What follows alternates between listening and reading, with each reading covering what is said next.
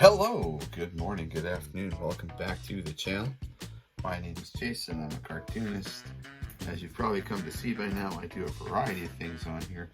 One of those things I do is I collect and sometimes I customize G.I. Joe products. So this is an old bridge layer that I had. It's actually been put together by the combination of a couple of bridge layers because the one I had was very, very beaten up. I had it ever since I was a kid. As you can see, I am missing the piece that connects the bridge to the machine, and I'm in the process of tracking one of those down, or at least trying to. They're very hard to find for some reason. And so before you flood me with angry text messages about customizing my G.I. Joe vehicle, this one was pretty beat up, and I'm also not collecting it because I'm not concerned about the value of the toy. This is a toy from my childhood. It's very well played with, and I just wanted to do something kind of unique with it. I wanted to make it a little more mine, and so I kind of decided to go with a more Canadian style green on here. So if you're familiar with Canadian military, they sort of use that olive drab green, but it's a little bit lighter than what the vehicle originally was. It was a little bit darker, and I wanted to also accentuate the metal plating on the side, the pieces of armor. One of the things I also did is I rusted up the wheels a little bit on the bottom here on the treads, and I added some mud to the treading because this is a vehicle that would see use in the field where it would be going down muddy embankments, and so it would be used obviously as a means of getting across a river or something like that. So I envisioned that this thing here, if it was out in the field, it would be pretty dirty and muddy. And well, I didn't splatter mud on the machine itself. I wanted the treads to at least be dirty, so they represent what this machine has kind of gone through. I even went as far as to add the red for the tail lights because that was missing, and I always kind of felt like they should have red. I think originally there were probably stickers that were on there, but those are obviously long since gone. I mean, I was a kid 1 year ago, so I'm just going to show you sort of some of the things I did to the vehicle. I haven't customized all of my vehicles, but I have done a few of them.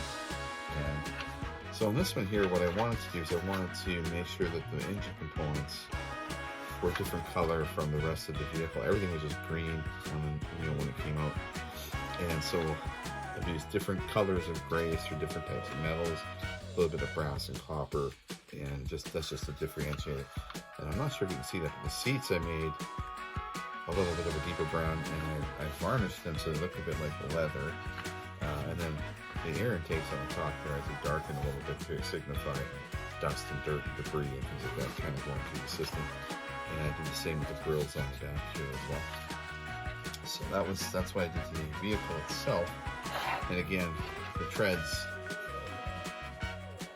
kind of weathered them, rusted them up a little bit, beat them up a little bit. Wanted them to look a little bit more metallic than they were. The real work though was on the bridge. So the bridge, I weathered, I rusted, I beat it up a little bit with the paint. And this is my favorite feature. I wanted it to look like it had been out in the field and vehicles had actually driven across the bridge. So I took some oil paints, and I had an old set of tires from a Vamp on an axle. And so what I did is I rolled it through some paint to make it look like a couple of different vehicles have treaded across the bridge.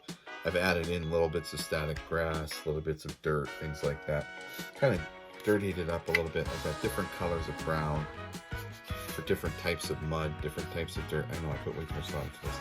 But then I've also got some staining, and you can see where it was once a shinier bridge, a little brighter silver, and then it's darkened, it's rusted, it's been through a lot. It's been through some battles. On the inside I just went with a matte black because I wanted the focus to be on the upper portion, but I may eventually rust this up on the inside too, just to signify it's been through some things. And that is basically the G.I. Joe bridge layer. This machine I have literally had since I was a child. And like I said, it's been very well played with. It came out in 1980. Looks like an 86, or it could be a 4, sorry. 84, I apologize, I got that wrong. So I have had this vehicle since it came out in 1984. And I do have the person that drives it.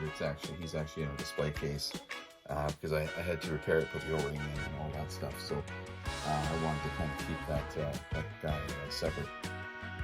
So if you'd like to see more videos like this, it seems like you do, because one of the most watched videos on my channel seems to be the G.I. Joe headquarters that I had kind of customized. And I will put up some more videos like this down the road.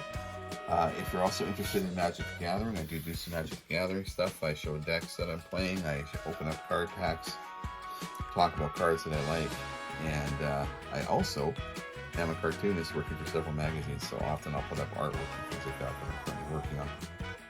At any rate, subscribe. Please share this channel with other people that are likely interested as well, as I'd like to grow the subscriber base. And until next time, take care.